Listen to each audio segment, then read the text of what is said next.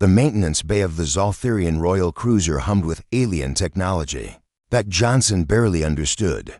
He'd been working as a human liaison engineer for 3 months now, ever since Earth had signed the treaty with the Zoltherian Empire.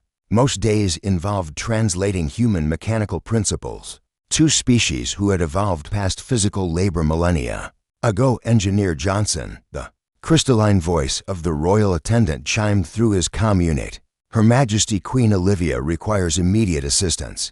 The gravitational suspension system in her private quarters has malfunctioned. Johnson nearly dropped his plasma wrench. The Queen. He'd never even seen her in person, only in the holographic broadcasts that occasionally flickered through the human quarters. The Zoltherians were tall, elegant beings with skin that shimmered like mother-of-pearl and eyes that held the depth of galaxies. Their royalty rarely interacted with the lesser species, a term that still stung despite the diplomatic niceties. On my way, he managed to reply, grabbing his toolkit. The walk to the royal wing felt like a march to judgment. To Zoltherian guards, each standing over 8 feet tall, scanned him with devices that made his skin prickle. They stepped aside without a word, and the doors IRized open to reveal a chamber that took his breath away.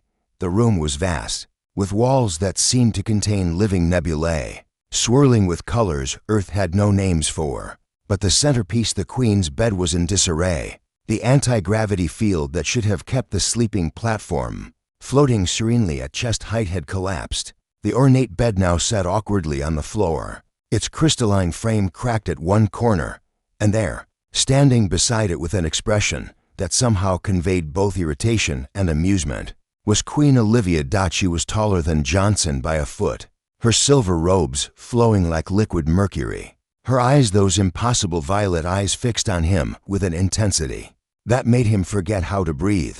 "You're the human engineer," she said.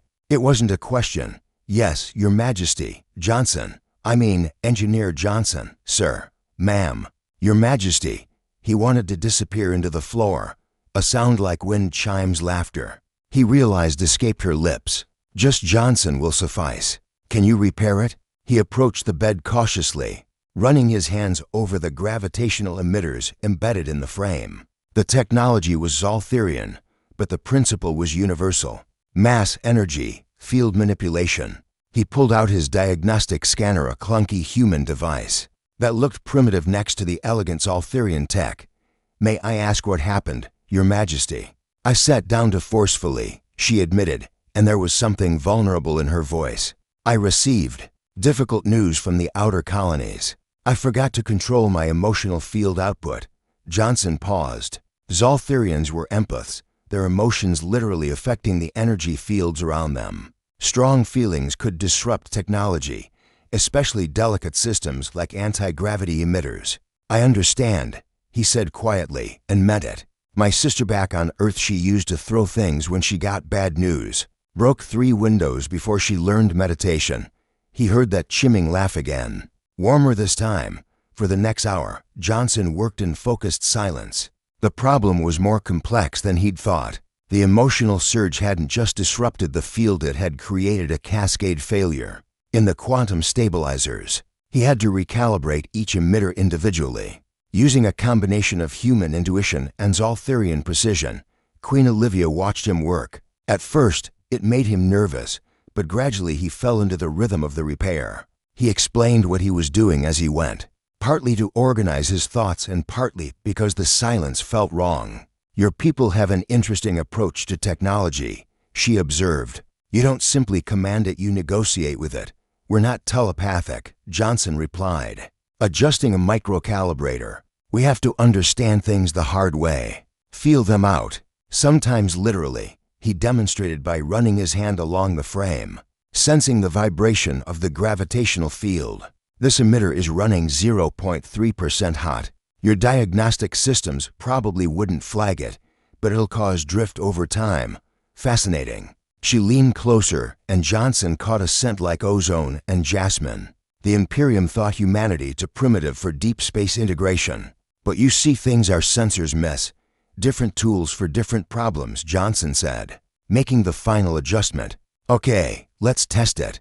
He activated the system. The bed lifted smoothly, hovering at the perfect height, its crystalline frame catching the light of the nebula walls. The field was stable, balanced, perfect. "It's done," he said. Unable to keep the pride from his voice, Queen Olivia stepped forward, running her elegant fingers along the frame. Her expression shifted surprise, then something he couldn't quite read. "You didn't just repair it," she said softly. "You improved it. The resonances. It's singing." She turned to face him fully, and her eyes held something that made his heart race. "In 3 centuries, no one has tuned my bed to harmony with my specific emotional frequency. Not the master craftsman who built it, not the royal engineers who maintain it, but you, a human who's been in space for mere months. You felt what it needed. I listened." Johnson stammered. "It's what we do." She moved closer, and suddenly the vast room felt very small. "You listened," she repeated, and there was wonder in her voice. "When was the last time anyone truly listened to me?" Before Johnson could process what was happening, Queen Olivia placed her hands gently on either side of his face. Her touch was cool, electric, and then she leaned down and pressed her lips to his. The kiss was brief, gentle, and completely world-shattering. When she pulled back, Johnson stood frozen, his mind unable to form coherent thoughts.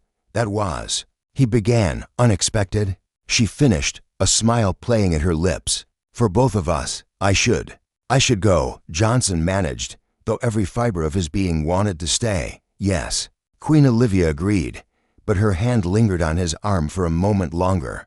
"But Johnson, thank you for the bed, and for reminding me that sometimes the most profound connections come from the most unexpected places." As Johnson walked back through the corridors, his toolkit feeling lighter than air, he realized that humanity's greatest contribution to the galaxy might not be their technology or their adaptability. It might simply be their capacity to listen and to care in ways the ancient empires had forgotten.